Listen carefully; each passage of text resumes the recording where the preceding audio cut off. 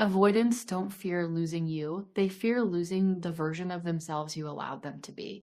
When a super empath goes silent, it is not a retaliation, it is a revelation. It is the moment where their heart, their intuition, and their nervous system synchronize and whisper the same truth. I've given enough. Empaths don't disappear in a storm of anger or accusation. They disappear in a moment of profound internal clarity. And that is exactly why their silence hits the avoidant with a force they are never prepared for. Avoidants are used to relational gravity working in their favor. When they pull away, they expect the empath to move closer. When they go cold, they expect warmth. When they collapse emotionally, they expect the empath to hold the structure. This cycle becomes a rhythm, predictable, familiar, and safe for the avoidant's fragile sense of emotional control. But the moment a super empath stops participating in this dynamic, everything inside the avoidance system begins to destabilize. It starts subtly. The avoidant sends a short message they normally wouldn't follow up on, and for the first time, there is no reply. They stare at the screen longer than they'd ever admit. They open the chat again. They reread old messages. They feel the tension rising, but they don't know why. Because up until now, they believed the empath's presence was guaranteed. They believed the empath's love was unconditional in the literal sense. No boundaries, no limits, no end. But silence is the empath's limit. And when that limit arrives, the avoidant feels something they rarely acknowledge: loss of control. The avoidance power didn't come from manipulation. It came from predictability, from knowing the empath would always soothe the rupture, always soften the blow, always repair what the avoidant broke in fear. But now the avoidant is confronted with a frightening realization. The empath isn't reacting. And if you can't predict someone, you can't control the outcome. That's when panic creeps in. But it's a quiet panic, the kind they won't show, won't voice, won't confess. It settles in their chest as restlessness, irritation, overthinking. They start checking your social media, not because they want to reconnect yet, but because they want reassurance. Are you still there? Am I still safe in your emotional orbit? When they see you aren't chasing, a deeper fear erupts, a fear they've carried their entire life. Without this person, who am I? Because the truth is this: avoidants don't fear losing the relationship. They fear losing the identity. The relationship allowed them to access the softer, calmer, more open version of themselves that only the empath ever witnessed. And when the empath goes silent, that version of them vanishes. Not because you took it away, but because they don't know how to access it alone. That is the real breakdown. Not the distance, not the silence, not even the loss. It's the terrifying realization that the best version of themselves was the one reflected through you, and now they can't find it anymore. An empath's silence is never spite, it's graduation. When a super empath goes quiet, the avoidant often misreads it at first. They think it's another emotional pause, another moment where the empath is simply catching their breath before returning with softness, reassurance, and unconditional understanding. But this time is different. The silence is not a reset. It's a release. It's not distance. It's detachment. It's not anger. It's awakening. Empaths don't stop speaking because they want to teach someone a lesson. That's not their style, and it's not their heart. Empaths speak in presence, in effort, in emotional consistency, but silence, that's their final language. It's the moment they realize they can no longer carry a relationship on their back, no longer translate someone's emotional avoidance into something that feels like love, no longer shrink themselves so the avoidant can feel comfortable. This silence is not punishment. It's a boundary formed from exhaustion. Avoidants rarely understand how many chances they've already received. They don't realize how many times the empath overlooked mixed signals, emotional shutdowns, delayed responses, micro-rejections, and inconsistent affection. The empath forgave things the avoidant didn't even notice they were doing. They stretched themselves to become an emotional buffer, a translator, a safe landing for someone who never learned how to land without hurting themselves or the relationship. But even empaths have limits, and silence is the sound of those limits finally being reached. For the avoidant, this moment is jarring. They're used to conflict dissolving because the empath softens first.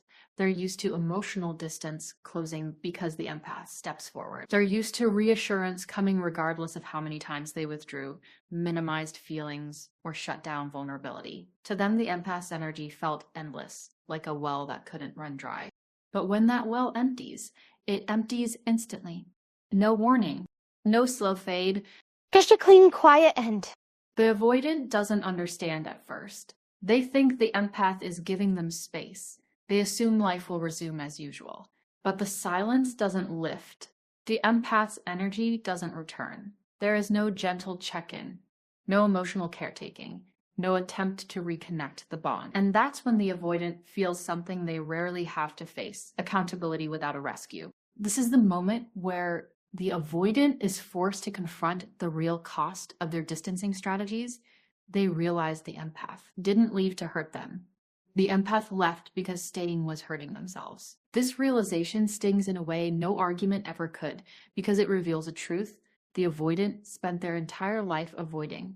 People don't leave avoidance because they stop loving them. They leave because they stop hurting themselves.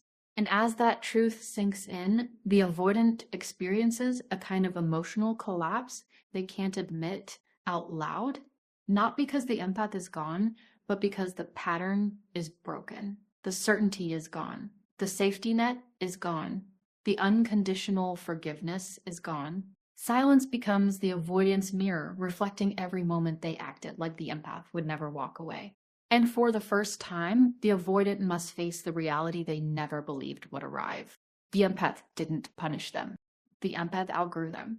They didn't fear losing you until they felt life without your emotional stabilizer. Avoidants build an entire identity on the illusion of independence. They tell themselves they don't need anyone, that closeness is optional, that vulnerability is dangerous, and that they function better alone.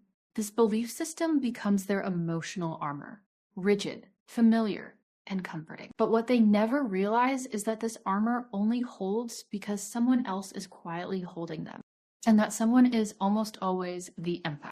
Empaths are the silent scaffolding in the avoidance life. They create connection without pressure. They offer love without demands. They bring emotional warmth that makes the avoidant feel stable, accepted, and worthy in ways they cannot generate internally. The avoidant mistakes this for their own strength. They think their calm comes from themselves. They think their stability is self-made. They think their emotional regulation is natural. But it's not. It's borrowed. And the moment the empath goes silent, that borrowed stability collapses.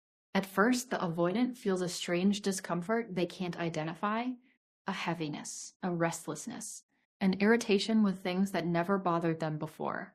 They may even convince themselves that the silence feels good. Finally, I have space. But space without emotional regulation doesn't feel like freedom. It feels like emptiness. The avoidant begins noticing the cracks.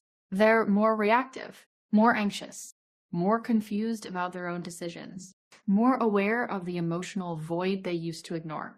All the peace they believed they had within themselves, it evaporates. Because the truth hits them slowly but undeniably, their independence wasn't independence. It was co-regulation, disguised as self-sufficiency. The empath was the grounding force, the emotional anchor that kept them centered without them realizing it. And without that anchor, the avoidant drifts internally. They aren't falling apart dramatically, but their inner world becomes unstable in subtle, unsettling ways. They overthink conversations they once dismissed. They feel disconnected from their usual routines. They lose motivation or feel emotionally flat. They replay moments with the empath and wonder why they feel so hollow. This internal unraveling is the beginning of the avoidance breakdown, not because they miss the empath yet, but because they miss the version of themselves they were with the empath. The avoidance fantasy of independence depended on a stable emotional backdrop. The empath provided that backdrop seamlessly, invisibly, consistently. Without it, the avoidant faces the emotional truth they've avoided for years. They don't actually feel safe when they're alone. They feel numb. And numbness is not peace. It's suppression. This is when panic starts to replace detachment, because now the avoidant realizes something terrifying.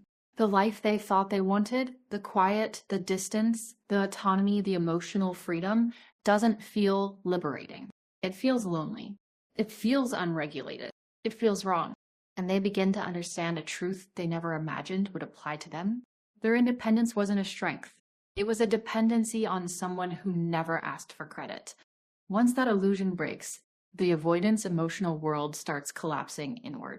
Not dramatically, not loudly, but undeniably. Your silence is the mirror they've avoided their entire life. When the empath finally goes quiet, it creates an emotional vacuum the avoidant cannot outrun. Avoidants spend most of their lives avoiding two things: deep vulnerability and their own shame. They can dodge conversations, withdraw from intimacy, shut down uncomfortable emotions, and escape into work, solitude, or detachment. But there is one thing they cannot escape from: the silence of someone who once loved them unconditionally. Empaths are healers by nature. They soften the hard edges of the avoidant self-protection without ever trying to. They offer understanding before judgment, patience before frustration, and unconditional presence before criticism. This presence creates a buffer, a soft emotional cushion that shields the avoidant from their own internal wounds. As long as the empath is there, the avoidant doesn't have to face the deeper truths: their fear, their insecurity, their guilt, their emotional immaturity, their tendency to push away the people they care about most. But when the empath withdraws, that cushion disappears instantly.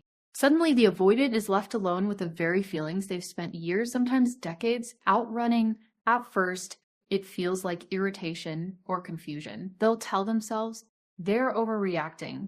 They'll calm down. They always come back. But when the silence stretches, something else begins to rise. A deeper, heavier emotion that they can't rationalize away: shame. Avoidant shame isn't loud.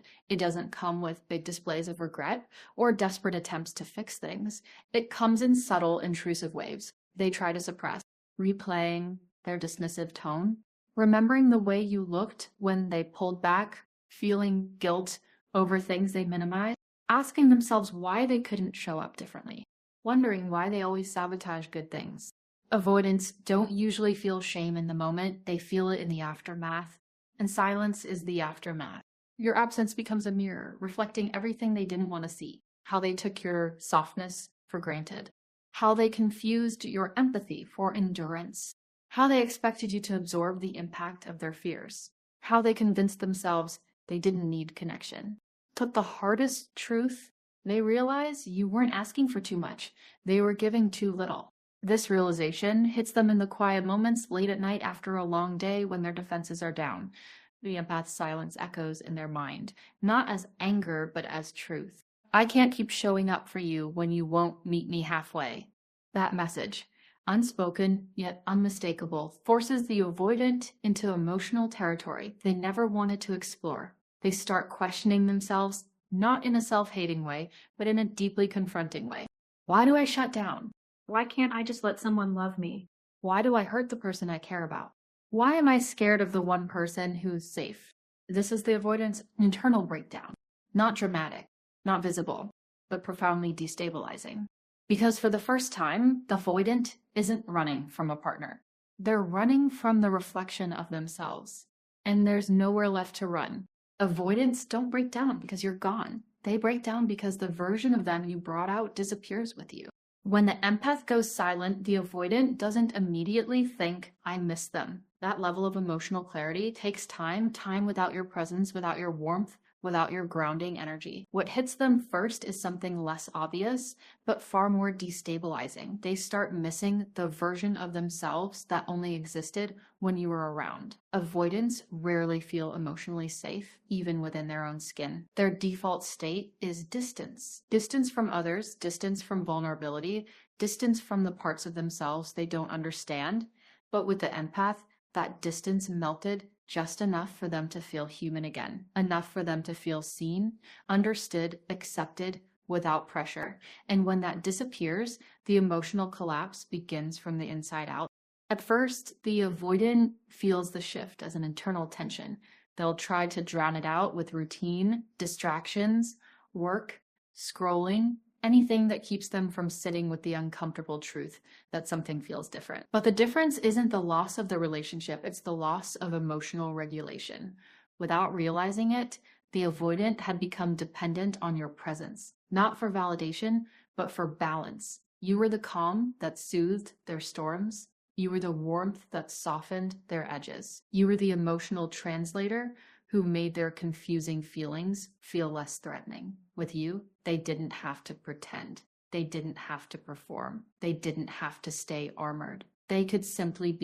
But now that you're silent, they lose access to that softness within themselves. They become more irritable, more restless, more withdrawn, not because they're mad at you, but because they're uncomfortable with themselves. They don't miss the relationship yet. They miss the emotional safety created by your presence. They miss the version of themselves who could laugh more freely, open up a little more deeply, soften their guard without panic. They miss the person they could have been because that person only existed when they felt understood. Avoidants rarely understand how much the empath was regulating their internal world until that regulation disappears. They thought they were self-sufficient. They thought they functioned fine alone.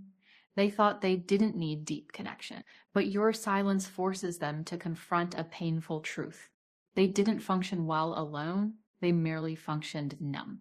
And numbness feels manageable until it's compared to what it felt like to be emotionally seen. Once they've tasted emotional safety, emotional numbness no longer feels like peace. It feels like loss. That's when the real missing begins. But it isn't missing you the way most people imagine. It's missing the emotional version of themselves they could only access through their connection with you. The avoidant starts wondering why life feels heavier, why emotional walls feel colder, why simple things feel overwhelming.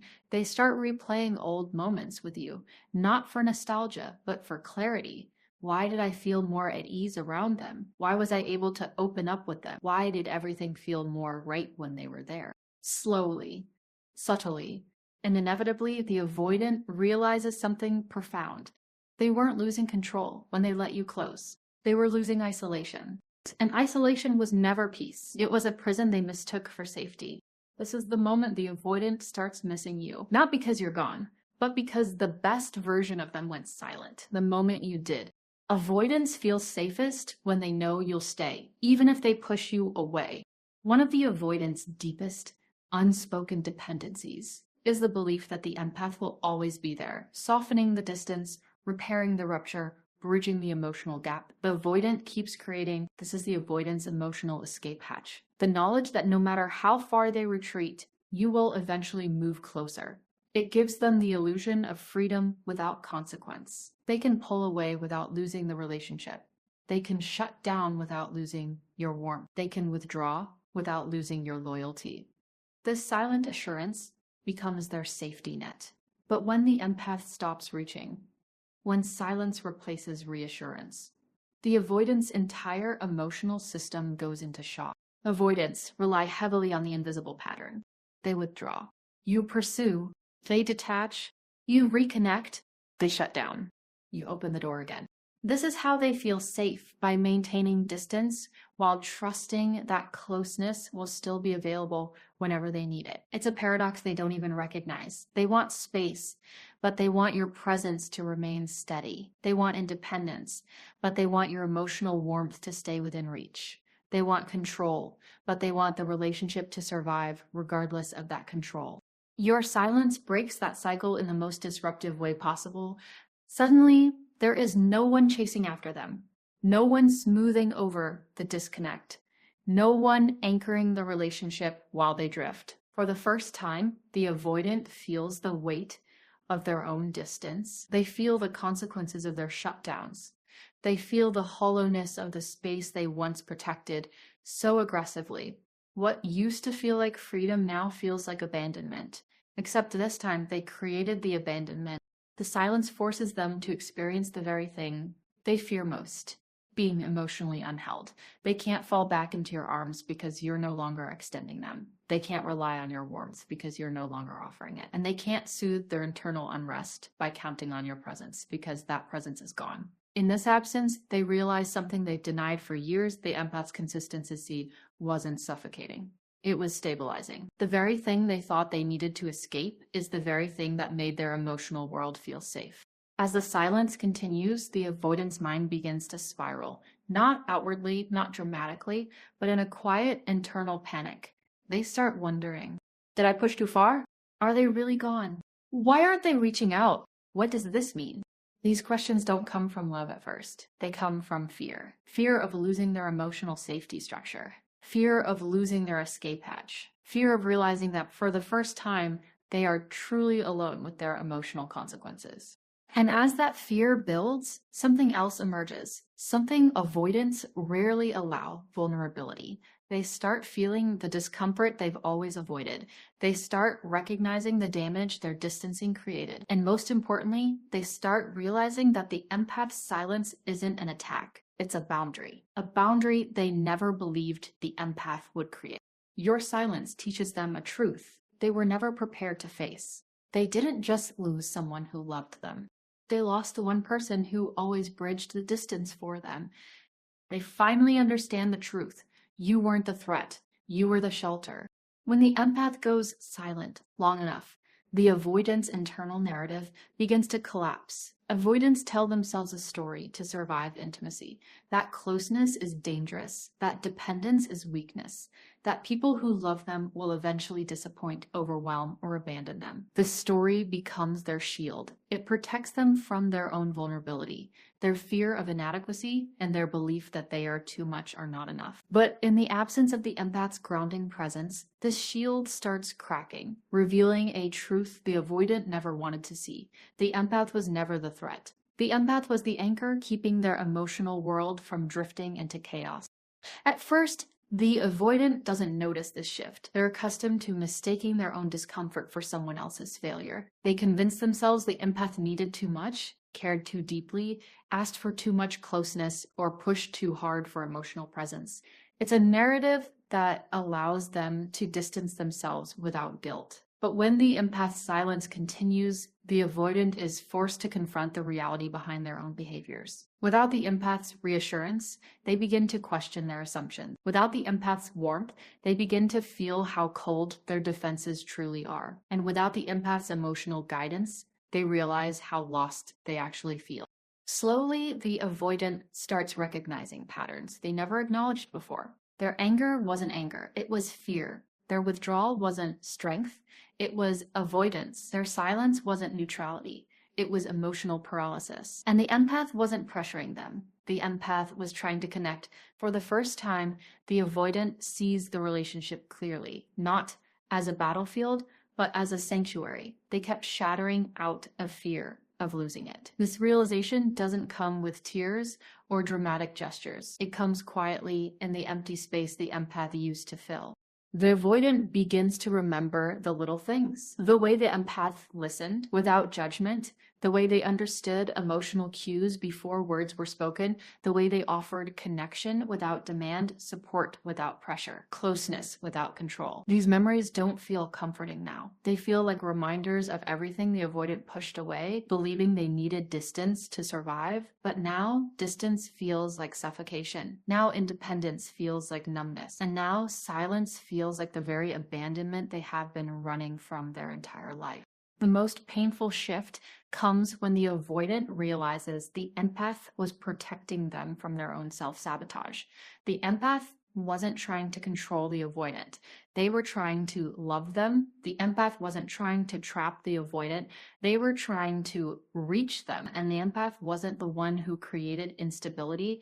They were the only one who ever brought stability. The avoidant sees this too late, at a moment when the empath's silence is no longer temporary but self-preserving. This is when the avoidant's internal breakdown reaches its emotional peak. They feel the weight of their own actions.